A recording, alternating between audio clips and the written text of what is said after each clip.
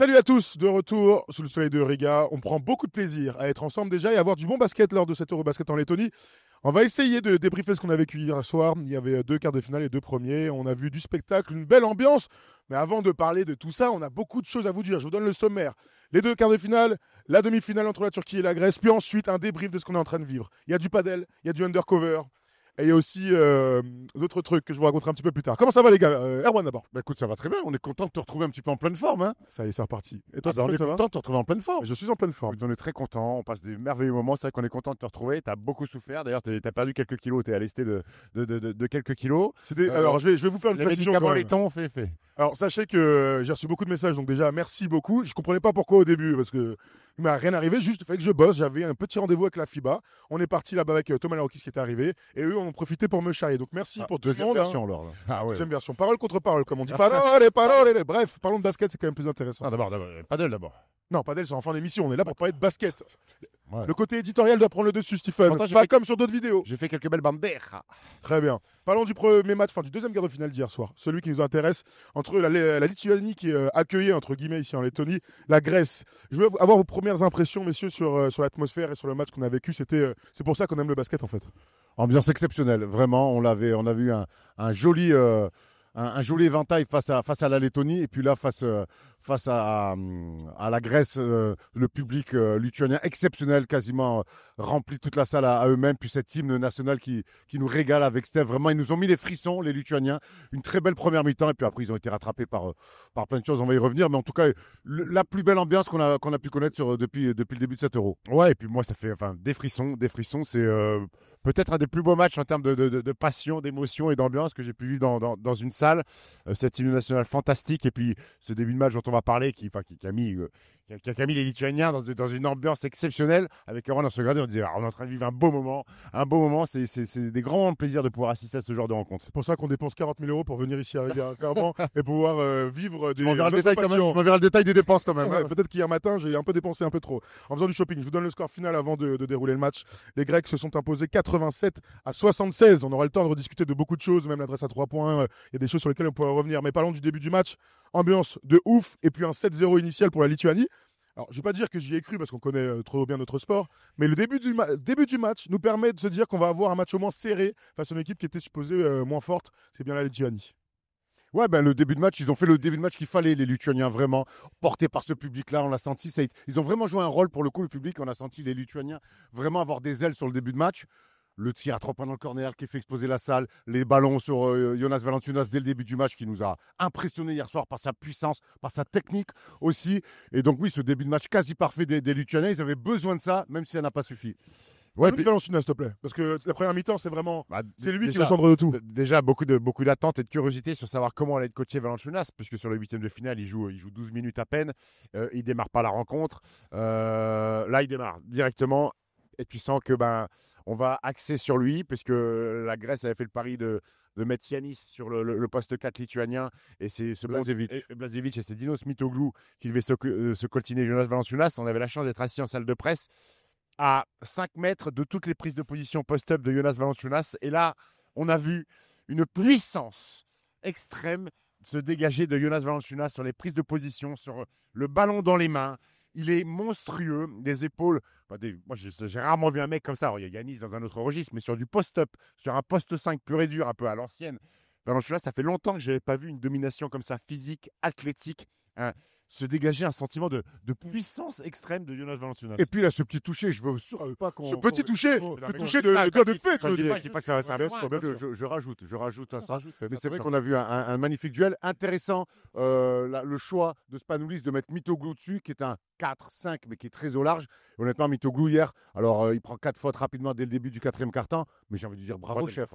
Troisième quart-temps, bravo chef, parce qu'il s'est collé une mission. Alors il a morflé, il a donné beaucoup de fautes, il a raté des tirs grands ouverts qu'il est capable de mettre, parce que je pense qu'il a la langue qui pend quand il doit prendre des tirs, tellement il s'est mis une guerre sur Valanciunas. Mais hier, Mitoglou, ne serait-ce que dire ok, je vais relever le challenge, grand bravo. Valanciunas qui jouait peu, au moins sur le match précédent, sur le 8e, et puis qui était très peu utilisé par le coach, il finit quand même à 31 minutes, 24 points, 9 sur 16 au tir, 15 rebonds, mon ami. 15 rebonds. Domination incroyable. Quel brut. Et vous savez, souvent on fait les comparaisons entre la NBA et le basket FIBA.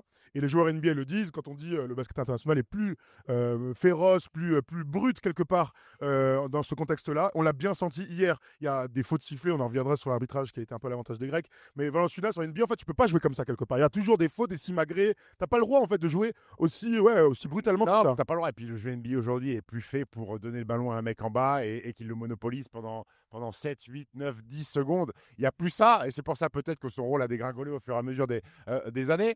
Maintenant, sur le training camp, j'aurais bien aimé être là pour voir les duels Nikola Jokic, Jonas Valanciunas en bugne à bugne sur les séances d'entraînement. Après, s'il veut mettre autant d'intensité, Jonas Valanciunas, qu'il a mis hier soir au training camp des Nuggets, il va se faire convoquer dans le Durling au bout de 2 entraînements, je te le dis direct. Si, il a envie de jouer dans le Colorado. On rappelle quand même qu'il voulait rentrer en Europe pour être plus proche de son pays. Et finalement, il a été retenu pour $10 millions la saison du côté des Nuggets. Si on aura le temps d'en rediscuter un petit peu plus Ça aurait tard. été sympa de le voir avec le Pana quand même. Mais je pense qu'il a encore. Dans la Castro sort, bonjour. Hein. ouais, oh la vache, t'as raison. Et Mitoglou. Avançons un petit peu parce que dans ce match-là, donc on le disait 7-0, les Lituaniens sont très bien. Et en fait, c'est Yanis qui décante le début du match pour cette équipe de Grèce. Son premier tir, c'est un tir à mi-distance et il en a mis hier soir. Yanis, on a vu tout son leadership, ses qualités athlétiques bien sûr, mais dans les moments importants, c'est lui qu'on voit avant tout. Il a été monstrueux hier. Il y a 2 mecs sur 7 euros. Je dis pas 3, je vais vous expliquer pourquoi, mais il y a 2 mecs sur 7 euros où j'ai l'impression qu'ils jouent avec des enfants. J'ai l'impression qu'ils jouent avec des enfants. Qui C'est Yanis et Luka, dans 2 registres différents. Je mets pas Şengün. Şengün est dominant. Pas Markkanen non plus. Pas Markkanen non plus. Ils sont dominants, mais j'ai pas l'impression qu'ils jouent contre des enfants. Je vois des Tu mecs. parles de l'aspect physique là. Non, dans ce qu'il dégage. Dans la domination Ouais. de Luka, c'est plus technique que physique. Mais hier, Yanis, on se regarde tous quand il met le dunk main gauche là. Le match là. Avec la pointe sur Biroutis, mais on se regarde, on est tous alignés à côté. On se regarde, on fait, mais attends, mais qu'est-ce que c'est?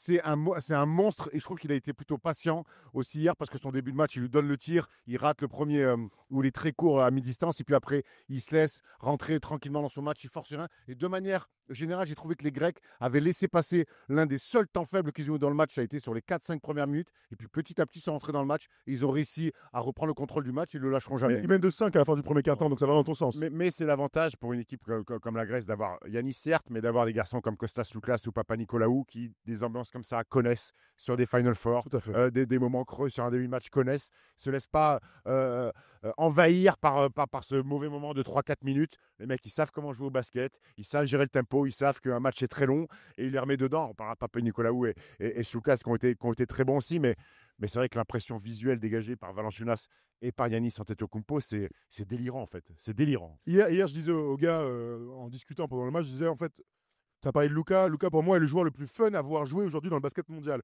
Le deuxième joueur le plus fun, c'est clairement Yanis. Yanis, il fait des trucs que personne ne peut faire, des dunks, des tirs, des contres. Il en impose physiquement et c'est exact. Enfin, je me dis, on a vraiment de la chance d'avoir ces mecs-là, tu vois, dans l'Eurobasket parce que ça nous permet de les voir en Coupe du Monde, de les voir au JO et de les voir souvent à l'Eurobasket parce qu'eux jouent le jeu pour le On a moment. de la chance qu'ils viennent, ouais. Ouais, exactement. Tout à fait. Je suis assez d'accord avec toi. On a de la chance qu'ils viennent. C'est bien quand les mecs viennent. C'est bien quand les mecs viennent. Hein. Joe Star, ok. Un peu, tu veux ça, oui. Je vous donne les stats de Yanis, 32 minutes. 29 points à 9 sur 15 au tir, 11 sur 16 au lancer franc. Il a été très adroit dans la fin du match. Dans les moments importants, Yanis, il rajoute à ça seulement 6 rebonds. Bon, ok. 5 paires de balles aussi. Dans la première mi-temps, qui était ultra spectaculaire, il y a aussi un autre gars, un autre frère Antetokounmpo, qui a crevé l'écran. C'est le meilleur match que j'ai vu de ma vie de Kostas Antetokounmpo. Les 4 comptes en première mi-temps. J'en ai vu quelques-uns là. Non, mais là, vraiment, à ce moment-là, à ce niveau-là, dans l'atmosphère. Dans un quart de finale d'Euro, je rejoins Thomas.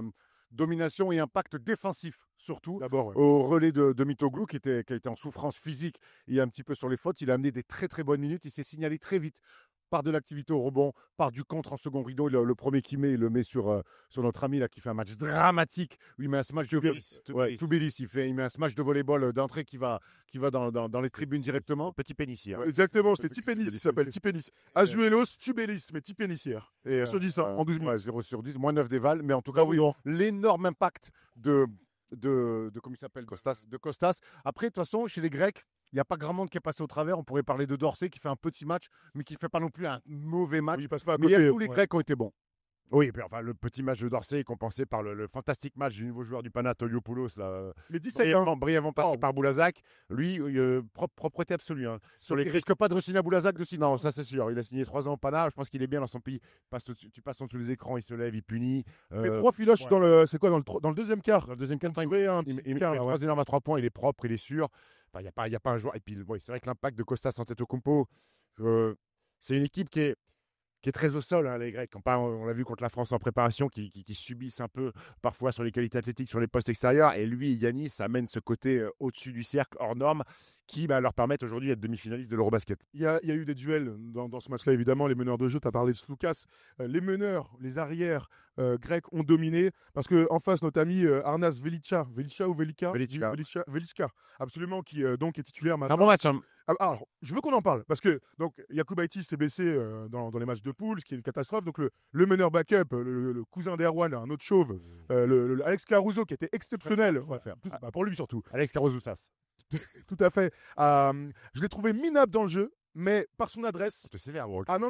Tu sais qu'à un moment donné dans le match, les jeunes avaient la haine contre lui. Ah bah je te le dis, ils avaient la haine parce que en termes de playmaking, de tenue de balle, il a galéré. Mais il a mis dedans comme un. Oui. Il a été énorme sur l'adresse. Donc il a sauvé son match. Il fait 12 points, 5 rebonds, 7 passes. Il fait 12 points, 5 rebonds, 7 passes, 4 fautes et 3 paires de balles. Ouais, c'est dur, c'est dur pour le qualifier de minable. Le minable, gros, il est un peu sévère comme. Après, le champ lexical est un peu. Après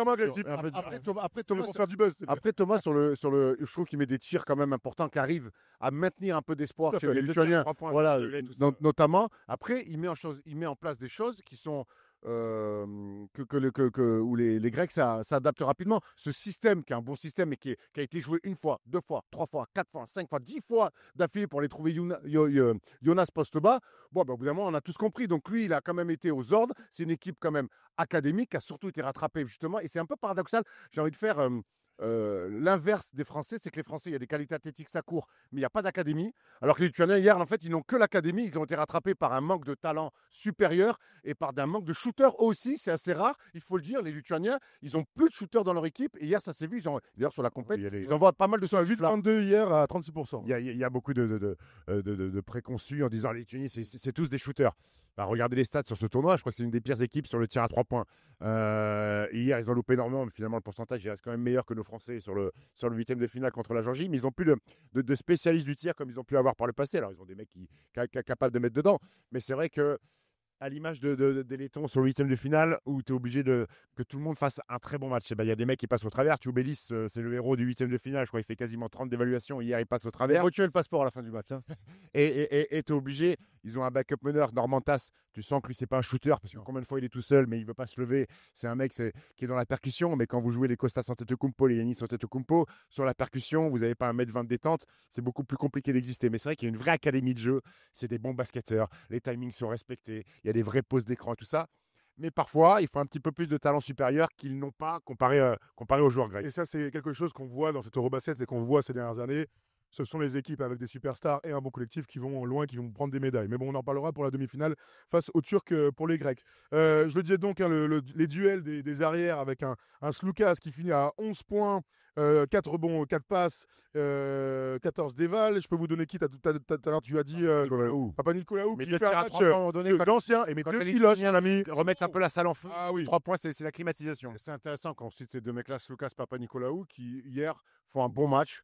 Mais au-delà de bons matchs dans les stats, tu le cites, c'est le contrôle du game, la gestion des temps faibles. Allez parler aux mecs. Oh, là, on est dans un temps un peu moins bon. On va mettre la main sous la balle. On va annoncer ce play-là. On va mettre le tir qu'il faut. Ça vaut de l'or. Ça ne se voit pas dans les stats, mais cette expérience-là, du très haut niveau, d'un quart de finale, d'un match couperé. Hier, les deux là, le match qu'ils font, c'est ce qu'on appelle les matchs de papa. Alors des fois, nous, aux Jeux Olympiques, on avait demandé des papas dans un autre registre, plus à l'intérieur, dans le combat, mais dans la gestion, les coups, parler aux arbitres. Papa Nicolaou, il va pas vite, hein, mais il joue 31 minutes. Non. Tout le match. Erwan, dans ta tête, il met 31 minutes. Bam. Tu dis combien de minutes, toi Papa Nicolaou. C'est le plus gros temps de jeu de la Grèce, c'est de jouer 33 ou 34. Ouais. 36 minutes. 36 minutes. Il est là. Incroyable. Et il contrôle le match par des choses qui ne se voient pas dans les stats.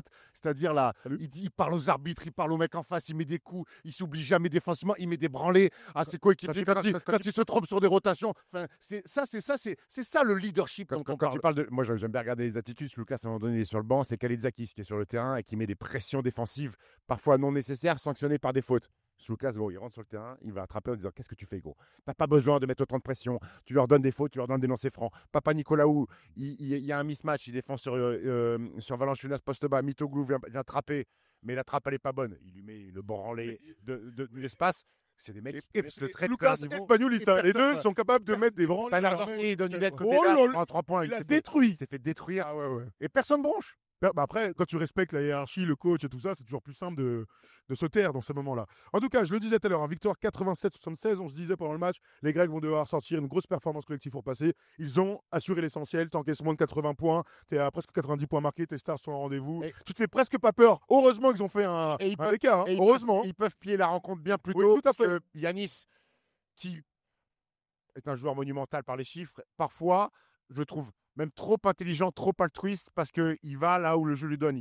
Ça vient fermer un entonnoir. Il y a le gamin Samodurov qui a été très correct. Alexandros Samodurov, ouvert, et il lui a donné 3 ou 4 passes, extra passes, alors qu'il aurait pu. Bon, quand tu es à 25 pions, tu peux prendre un petit tir tu peux faire une petite cherry on the cake. Et il voit le gamin tout seul, il lui donne qu'il y a 3-4 tirs ouverts à 0 degré pour passer à plus 20 et match terminé. Le gamin ne met pas dedans, mais Yanis, il respecte le jeu parfois. Non, mais je trouve très près du texte. Quand je revois, et déjà il avait été monumental à Berlin, mais c'était beaucoup sur vraiment quasi que de la transition. Il était moins dans la passe. D'ailleurs, avec Lucas, ça s'était pas très bien passé dans la cohabitation à Berlin. Là, je vois un mec quand même qui, dans son QI basket, il a une panoplie bien plus large, et même sa relation avec Lucas est beaucoup mieux. Absolument. Victoire donc de la Grèce qui va affronter la Turquie. On peut dire un petit mot sur l'arbitrage? Absolument. Alors, hier, on assiste à un truc chelou. Hier, on assiste à un match, notamment en première mi-temps, d'une intensité rare la première mi-temps. C'est pour ça d'ailleurs qu'en deuxième mi-temps, elle est un peu moins bonne en termes de basket parce qu'on baisse un petit peu en intensité. Mais hier, je trouve les arbitres pas bons. Et le match ne dégénère pas parce qu'il y a des intelligents sur le terrain. Mais je trouve que. Pas dans le public. Je trouve que. Il y a encore ça, il y a juste un mec qui s'est fait sortir. Mais... Non, mais après, ils ont insulté l'arbitre tout le match. Ouais. Mais si j'avais été lituanien hier, j'aurais. Mais hier, insulte pas les arbitres. Mais tu veux une petite anecdote? Bien sûr. À un moment donné, les 8000 supporters lituaniens, ils insultent l'arbitre. Et avant, ils disent, là, je pense qu'ils leur disent dans leur langue. Pas compris. Les insultes. Mais ils disent fuck you arbitre. Ils disent fuck you referee. Bah oui. C'est vrai. Et les Lettons avaient dit la même chose contre la Lituanie il y a 3 jours. Et donc, il y a cette séquence qui aurait pu très mal finir. C'est qu'il y a. Valanciunas, à un moment donné, qui contre Yanis, on siffle faute pour Valanciunas. Derrière, Valanciunas veut post-up sur Yanis. Il y a peut-être petite faute, elle n'est pas sifflée. Il y a un rebond. On repart de l'autre côté. Rebond de Valanciunas qui prend. C'est juste devant lui, il prend un taquet au niveau de la tête. Derrière, Yanis récupère la balle. Et là, Valanciunas est découpé. Ah ouais. Mais là, messieurs. Et Costas vient lui faire un passe. Et là, il y a Costas qui vient lui faire un front-front. Mais messieurs, là, il faut intervenir. Et là, on a l'impression que le match échappe aux arbitres. Après, il y a eu plein de coups de sifflet qui n'ont pas été très cohérents. Pour moi, ça ne change rien. La meilleure équipe est passée. À la Lituanie pour stopper une contre-attaque. Oui, alors que j'ai pas trouvé la cohérence que j'aime avoir dans des matchs comme cela. Ça n'a pas dégénéré, tant mieux, parce qu'il y avait des joueurs intelligents sur le terrain. Mais je trouve que hier, l'arbitrage n'a pas toujours été au niveau d'un quart de finale de l'Euro. Des joueurs intelligents ou des joueurs qui ont peur de Valanciunas aussi, peut-être. Les deux marchent. Donc la Grèce va jouer sa demi-finale, c'est la première demi-finale dans une grande compète de Yanis. Hein. Ça, c'est la grosse info. On en parle dans quelques instants en se faisant une petite preview du Turquie-Grèce. Parlons donc des Turcs avec un Şengün en triple-double. C'est la 5e fois qu'un joueur fait un triple-double lors d'un Eurobasket. Alors on a vu Lucas cette année, on se souvient de Polinka, le Polonais, qui nous avait régalé à l'Eurobasket 2022 à Berlin faire un triple-double. On a vu un très bon match de basket. La Turquie est toujours invaincue dans cette compétition, fait figure de favori, vous le verrez en cote pour la demi-finale. Victoire 91-77, assez logique, hein, disons-le. Messieurs, parlons un peu du match globalement. Les Turcs ont l'air d'être en surconfiance dans cette compétition. C'est ce qui dégage de l'effectif et de leur perf. Ils sont en phase. Ils sont en phase autour de Şengün, autour de Sean Larkin, autour de Sedi Osman. Je trouve que voilà, derrière, je le dis depuis le début de la compétition, ils ont des soldats. Tout le monde connaît son rôle. Je trouve que, alors, on sait qu'Ataman, c'est pas le plus grand des tacticiens, mais par contre, Thomas Larokis me dit ça, il me fait regarde Ataman. Regarde Ataman comme il coach. C'est le patron de l'équipe. Et ça, il dégage un aura, il dégage une aura, il dégage quelque chose où tout le monde est au pied. Il met des roustes à Şengün quand Şengün ne fait pas ce qui est demandé. Donc, il y a quand même une hiérarchie, il y a un patron dans cette équipe-là. Après, je trouve qu'ils ont aussi beaucoup de soldats, de joueurs qui ne s'inventent pas de vie, qui sont là, qui jouent pour les stars. Et puis, quand ça leur revient, ils sont en phase et ils arrivent en plus à être bons, efficaces à 3 points. Je pense à Sifaï notamment, mais ce n'est pas le seul. Donc, Osmani fait aussi un super tournoi. Je trouve que cette équipe-là est parfaitement hiérarchisée et coachée par un mec qui dégage quelque chose qui est quasiment indestructible, mais qui est fait pour le haut niveau aussi. Je les trouve très, très en phase avec un joueur supérieur qui est évidemment Şengün. Et qui fait partie des candidats pour être MVP s'il va au bout, évidemment. Après, Ataman fait un très bon coup de coaching parce qu'il envoie Semou Sazer d'entrée de jeu, qui est un stopper défensif hors norme. Alors là, il a été bon en attaque parce qu'il a maintenant, je crois qu'il fait 11 ou 13 points, notre ami Azer. Ouais, 27 minutes, 13 points. Mais c'est lui qui scoltine Jordan Lloyd ou Mateusz Ponica. Et ces deux garçons-là n'ont pas eu le même rayonnement que sur les matchs précédents. Après, sur ce match-là, les Turcs gagnent le match sur le deuxième quart-temps. Je crois remporté 27-13. Sinon, je crois qu'il y a 2 points d'écart en cumulé sur les 3 autres quart-temps. Donc, ils prennent un éclat, les Polonais, sur le deuxième quart-temps. Ils n'arrivent pas à s'en remettre. On parlait de run. Pas de coup de folie. Jordan Lloyd fait un match correct, enfin un euro, bravo Jordan Lloyd. D'ailleurs, tu pourras peut-être parler espagnol la saison prochaine. Tout à fait. Grâce à jouer avec le Brésil l'année prochaine. Mais les Polonais, là aussi, on parlait d'un moment donné de talent supérieur. Et ben ils n'ont pas réussi à avoir ça. Balcerowski, les deux pivots ont tellement souffert. Romeo Legizna qui sont sur Şengün. Donc, écoute, les Polonais ont confirmé leur beau Eurobasket, mais malheureusement, ça s'arrête là pour eux. Mais je pense qu'hier soir, quand tu es dans le vestiaire après la défaite, je pense. Mais même à la fin, quand on voit le sélectionneur polonais aller checker ses joueurs, je pense qu'ils ont eu la satisfaction du devoir accompli. Il y a quand même une petite demi-finale en 2022, un quart en 2025. Bravo les gars. Il y a quand même une petite fenêtre que les Polonais ratent à un moment donné, c'est qu'ils reviennent à -8.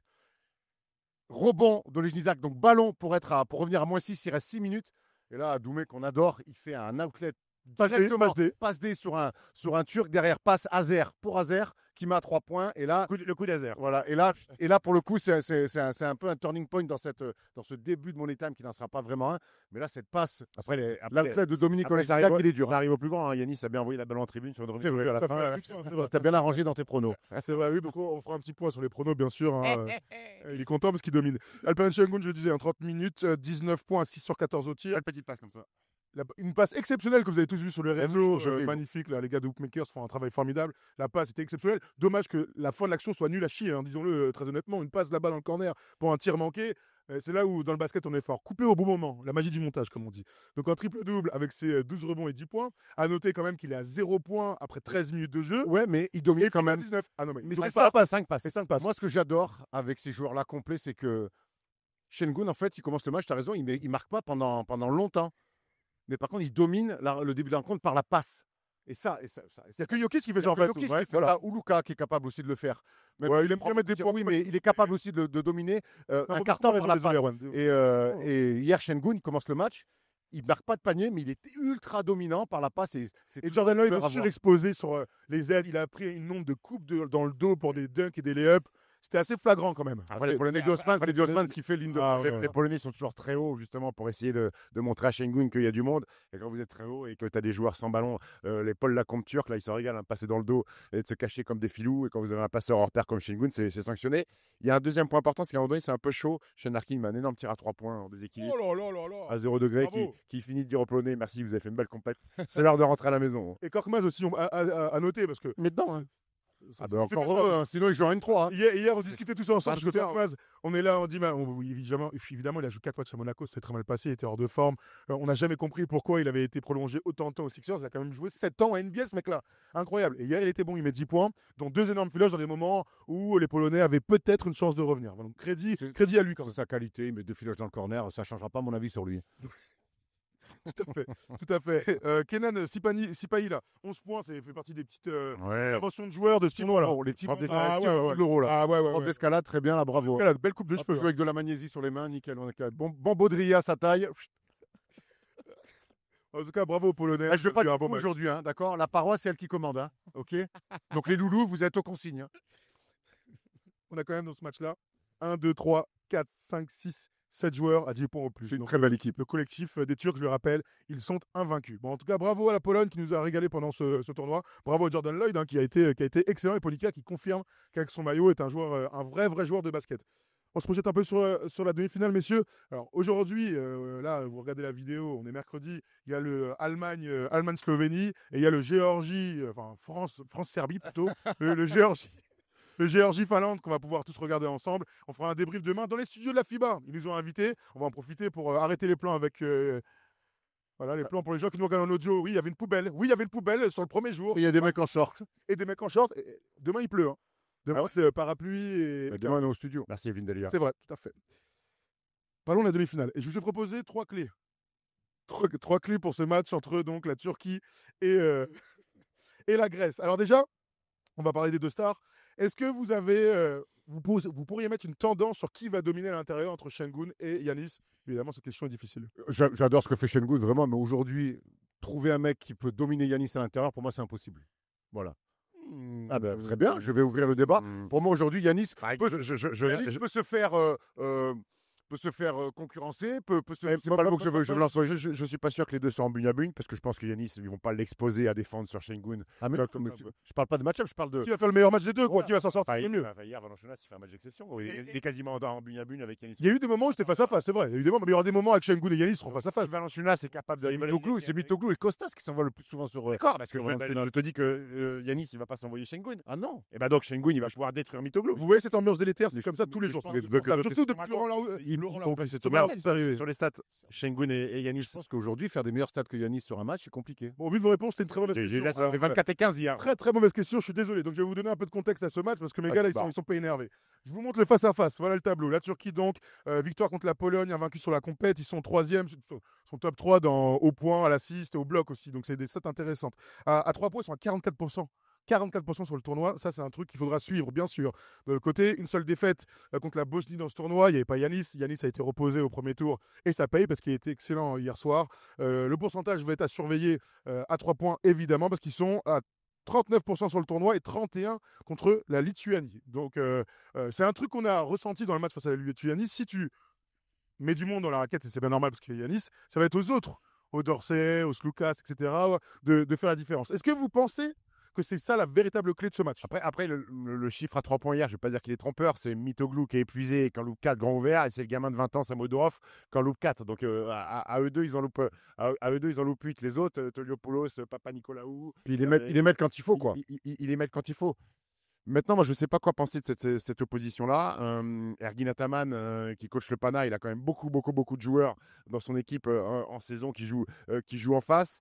Le Span l'a dit en conférence de presse, je n'ai pas révolutionné le basket avec ma façon de jouer. Quand il y a Yanis Antetokounmpo dans ton équipe, eh ben, tu tournes autour de lui, tu fais du jeu un petit peu en mouvement et tu regardes ce que lui permet aux autres de faire. Le scouting, il est relativement simple quand tu affrontes la Grèce, mais compliqué à exécuter parce qu'il y a un joueur qui est capable de te faire péter toutes les stratégies défensives. Moi, j'ai quand même envie d'aller un petit peu sur la Grèce, sur ce côté expérience du très haut niveau, des mecs qui ont gagné l'Euroleague, des mecs qui ont joué des Final Four dans des ambiances hostiles. Et Yanis, quand il affronte des mecs qu'on peut mettre en concurrence, comme le fait Erwan, avec Şengün, j'ai l'impression qu'il va lui casser la bouche. Je pense qu'il va vraiment remporter son duel. Oui, mais c'est ce que je disais de base. Je pense que Yanis, moi, va être au-dessus. Par contre, moi, je vais aller sur la Turquie, où je trouve qu'il y a une profondeur avec un peu plus de certitude. Il y a un mec dont on parle, mais peut-être pas assez à mon goût, et qui peut faire des vraies bascules, c'est Sean Larkin. Vraiment, hier, tu vois, par exemple, les Lituaniens, ils n'ont pas cet arrière, ce meneur de jeu qui peut leur faire mal. Là, ils vont l'avoir. Henri met son tir, il va 2 fois sur des lancers francs et ça, tu vois, ça remet un coup sur la tête. Après, les Grecs, ils ont des mecs à envoyer pour l'épuiser. Ergin Ataman l'a coaché pendant 5 ans. Tu parlais d'expérience, lui aussi, il a l'expérience. Oui, il connaît exactement tous les go-to-move de Shane Larkin, donc il va sûrement mettre... les go-to-move, il a une palette, mon ami. C'est très impressionnant à voir en vrai, Shane Larkin. Très bas, il va très vite, très tonique, vitesse d'exécution de très haut niveau.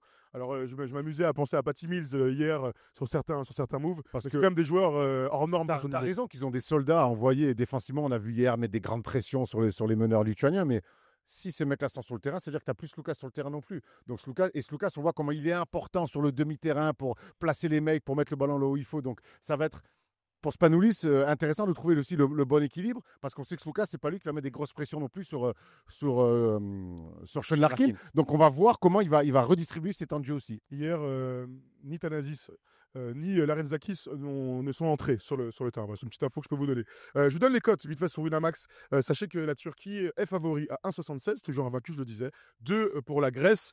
Comme toujours, hein, si vous voulez nous rejoindre sur Winamax, vous passez par la description et vous ne jouez seulement si vous êtes majeur, vacciné et en pleine possession de vos moyens. Voilà, d'accord? Comme toujours, les mecs. Je vous donne cette dernière clé que j'ai mis. Parce que ce match, il est ultra important pour les deux nations. Ces deux nations qu'on n'a pas vues à ce niveau-là depuis très longtemps. Je vais vous redonner tout ça, mais la pression est sur qui? Sur les épaules de qui? Je vous donne vite fait les stats là, que je vais regarder tout à l'heure. Les Turcs étaient en finale de l'Eurobasket 2001, perdu face à la Serbie-Monténégro, on s'en souvient. Finaliste En Turquie. Finaliste chez eux en 2010, en Turquie en 2010 face à Kevin Durant. Aussi, c'est en Turquie. Ok, très bien. Parce que cette équipe, elle a toujours la réputation d'être bonne que quand elle organise à domicile. C'est la première fois d'ailleurs qu'elle brille autant loin de ses bases. Donc voilà pour la Turquie et les Grecs. Je le disais tout à l'heure, Yanis, première fois en demi-finale. Les Grecs, on les a vus gagner des Eurobasket, c'était en 87 et en 2005, c'est déjà il y a 20 ans. Ah, C'est quand même, je me rappelle bien. je me rappelle très très bien même. Et au JO, ils n'ont jamais fait mieux qu'une cinquième place. Donc, je vous pose la question, à qui est la pression sur le match de vendredi? Je trouve que la réponse est plutôt simple. Elle est sur les Grecs. Parce que je ne suis pas sûr que Yanis Antetokounmpo ait beaucoup d'autres fenêtres si lui a peut-être à un moment donné envie de faire des pauses cet été, que Sloukas et Papanicolaou sont dans leur dernier run avec l'équipe nationale et que le réservoir derrière, mine de rien, quand on voit le Pana Olympiakos, il y a quand même très peu de joueurs locaux qui performent dans ces équipes d'Euroleague-là. Donc je pense qu'il y a plus de pression que sur un Şengün qui a quel âge, 22, 23 ans, 24 ans, qui a quand même un peu plus de temps, qui est encore jeune, il y a novice dans cette équipe nationale. Au moment où Yanis Antetokounmpo participe à une compétition, que ce soit en NBA ou en Europe, on l'attend jusqu'au bout. Ça n'a jamais arrivé. On parle d'un double MVP, on parle d'un champion. Jamais de demi-finale. Donc pour moi, la pression elle est sur Yanis et les Grecs, beaucoup plus que sur les Turcs. Oui, mais est-ce que ça c'est notre Même avis, si les les Turcs Français sont extérieurs? favoris. Parce que les Turcs sont favoris, ils sont invaincus. Vous avez parlé d'alchimie, il y a beaucoup de choses. Ce serait une vraie désillusion. Oui, mais pour ce groupe, pour moi, instant T, bien sûr. La pression, l'année prochaine, je le rappelle. Pour moi, la pression, elle dépasse le cadre simplement du terrain où les Turcs sont favoris. C'est les attentes autour d'un mec qui s'appelle Yanis Antetokounmpo, qui est l'un des visages phares de la NBA. J'ai aussi l'impression que la Turquie, c'est un début d'histoire.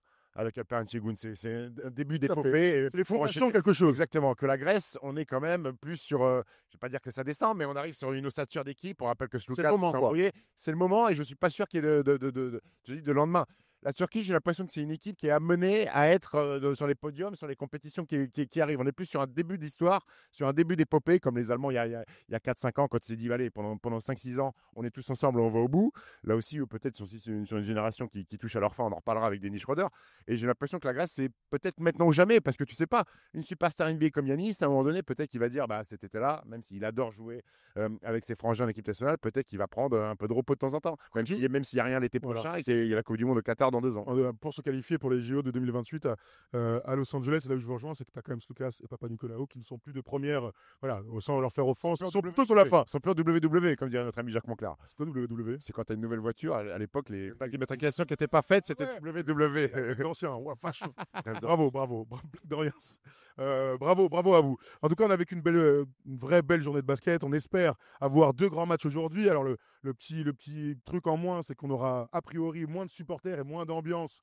Je dis ça, Finlande. Aucun risque. Finlande. Oui, on espère que la Finlande va se déplacer en nombre. On est mercredi sur un match à 17h. Il n'y a pas école à Oslo. C'est juste à Helsinki. C'est juste à côté la Finlande. C'est pour ça. Je confonds avec tu fais la nage là dans l'eau à moins de 10. C'est tous les mecs de la Casa des Papel, Oslo, Helsinki. Très bien. Pourquoi pas n'importe quoi. Les mots me manquent. Je vous pose cette question à vous et vous répondez dans les commentaires. Nico Batum hier nous a envoyé un message pour nous dire et si Yanis va au bout, est-ce qu'il ne dépasse pas Dirk Nowitzki ou Jokic dans le classement des GOAT européens? Vous n'allez pas y répondre maintenant parce qu'il est pour l'instant même pas en finale le mec. Donc on attendra pour se poser ce type de questions. Bon, on a fait le tour, on était très complet. Il y a les previews d'Erwan et Stephen qui est sorti hier pour parler des 2 matchs d'aujourd'hui. Donc allez-y pour voir vos petits pronos. Nous on va pouvoir maintenant passer aux choses sérieuses. On va passer aux choses sérieuses. Là est venu et Thomas Larocchi a décidé d'être professionnel au padel, disons-le. Assistant réel. Thomas Larocchi c'est là et la première chose qu'il nous a dit c'est pas les matchs de basket, c'est quand est-ce qu'on joue au paddle. Et ben on va jouer aujourd'hui effectivement à 13h30. Il y aura une doublette Abotré-Brun contre Larocchi du Fan. Sachant que Abotré-Brun, on a déjà joué contre 2 garçons qui sont venus voir des matchs, des garçons de Bordeaux qui nous ont défiés. On a la chance d'avoir un paddle à 3 minutes à pied. Bon, ils sont repartis 6-1, 6-2, 6-3, 6-0. Je suis très fier de moi, Erwan Abotré, qui n'est pas un expert au paddle, qui a joué 4-5 fois, attitude irréprochable. Il s'est appliqué, magnifique. On forme une énorme doublette. J'ai quand même l'impression que la paire Larocchi du Fan. Ils mettent la pression, les gars, avec leur vieux sport à alors, bas, là. Alors, Thomas, mais franchement, on dit que c'est plutôt un bon joueur de paddle. J'ai envie de Thomas Larocchi. Il a dit que c'était niveau 9. Il a dit niveau 9. Parce que moi, je suis passé d'une doublette. Moi, ma doublette avant toi, c'était du Fan. Je vais te dire qu'on était nuls à chier. Tu ne sais par qui je suis sponsorisé déjà? par Tefal. Voilà, hop, main raide. On va se régaler. Vitre direct. Après, à partir du moment où je fais un service comme ça au padel, je sais qu'on est mal barré. Mais demain, on vous fera un bon débrief de ce sport à deux balles. Et Jérémy viendra prendre quelques vidéos. On J'espère. mettra tout ça sur le réseau. Je sais que je vais me blesser au vu de comment je suis fatigué. Deuxième De point. toute façon, Jérôme, à tout moment, il prend ma place. Oui, et deuxième point, hier, après la deuxième finale, nous sommes rentrés sagement à la maison. Ah oui. Nous avons joué à Undercover, un jeu que tout le monde connaît, une sorte du dérive de loup-garou. On a joué jusqu'à 2h30 du matin et on s'est régalé. Sachez que parmi nos 5, dès qu'il y en a un qui est Mr. White, on sait directement qui c'est. C'est Jérémy qui rigole comme Philippe Bouvard. On a passé un très bon moment. Vous savez, quand vous êtes entre potes et qu'on dit encore une, mais ça fait 6 fois que c'est encore une, et qu'après on se couche à 3h du mat. Voilà, c'est aussi les petits moments de vie qu'on adore quand on est en voyage tous ensemble. C'est bon, on était complet, tu vas rajouter un dernier truc. Ouais, vas-y, j'ai compris, vas-y. Hein, Alors, Thomas Laroquis viendra demain vous donner un petit tips, une petite astuce pour ne pas avoir une odeur nauséabonde avec ses collègues. Voilà. Ouais, merci à tous. Des likes, comme toujours. Merci à tous ceux qu'on croise sur la fanzone ou dans Riga. Merci à tous. Et évidemment, pas merci à Stephen qui peut pas s'empêcher de dire de la merde dans les fins de vidéo. Merci Stephen, merci Erwan, merci Thomas, merci Jérémy, merci à vous. À demain. Et bon match surtout.